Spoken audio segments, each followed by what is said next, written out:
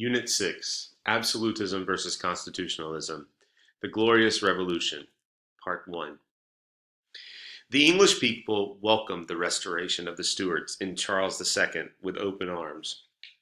The son of the martyr Charles I, Charles II was tall, with a very cutting, sarcastic wit. He had spent 3 years of 1649 to 1660 in humiliating exile in France and the Dutch Republic, and this experience had given him a cynical view of politics and patriotism. Things went back to the same situation as before the English Civil War, the king having full executive control and being financially dependent on Parliament.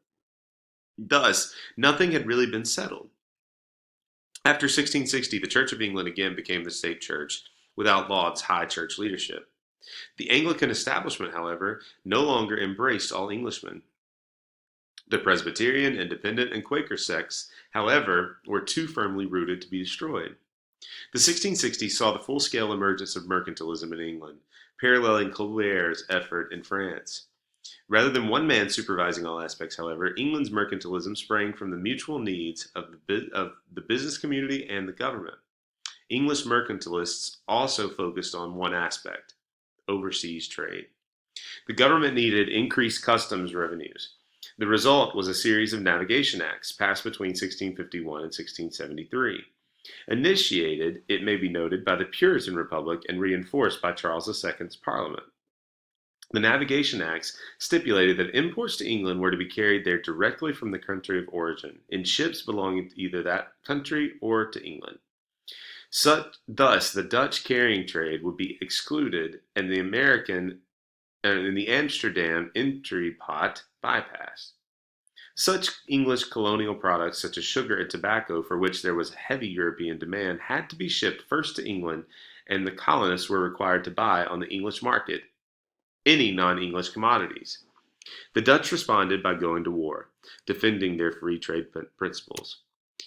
3 Anglo-Dutch naval wars took place in rapid succession in 1652 to 54, 1655 to 67, and 1672 to 74. The two commercial rivals battled each other to a standstill. But since the Dutch also had to ward off Louis XIV, they were exhausted by the struggle and nervous for the future. Between 1660 and 1700, the value of English imports and exports climbed 50%. Its merchant marine more than doubled in size, and customs revenues nearly tripled.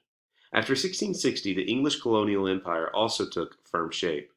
By the 1670s, Charles II launched a new policy towards English America, designed to shatter colonial autonomy and bind each plantation closer to the crown.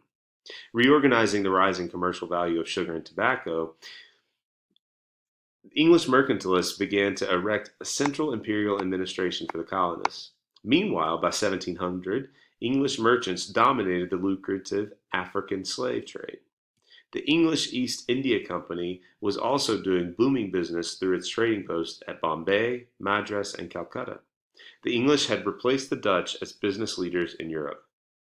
Though the English economy was thriving under Charles II, never before domestic politics in England, of course, were unpredictable. Under Charles II, as never before. Domestic politics in England, of course, were unpredictable. Charles greatly admired Louis XIV's absolute monarchy. He also, due to his exiled years in France, much preferred French Roman Catholicism to English Anglicanism. But Charles was ill-equipped to be Louis XIV. His court at Whitehall was far less grandiose than Versailles. The English upper class were also far less dependent on royal patronage than the French aristocracy. They wanted direct political power, not reflected glory. Charles was much too smart to start another revolution, and besides, he was too lazy to work seriously at building an absolute state. During the first 15 years of his reign, Charles II masked his views by employing ministers of all faiths, Anglicans, Puritans, and Catholics. Of these, however, only the Catholics enjoyed Charles' confidence. Charles' first parliament was so royalist early on that he figured it would never be improved upon, and was kept in session for 18 years, from 1661 to 1679. This parliament was ardently Anglican, and harassed the non-Anglican sects with a series of persecuting laws known as the Clarendon Code. The king meanwhile secretly promised Louis XIV of France, in return for massive subsidies, to restore England to Rome as soon as conditions were favorable.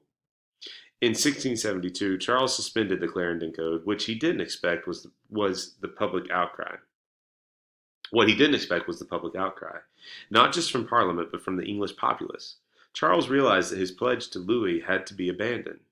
By the mid 1670s, two distinct political factions emerged in Parliament: the Tories, who supported Charles's government, and the Whigs, who criticized it. The Tories championed divine right monarchy and the Anglican Church. The Whigs advocated parliamentary supremacy and fought for toleration of all Protestants. Both, however, could agree on one thing: hatred for the Catholics and the French.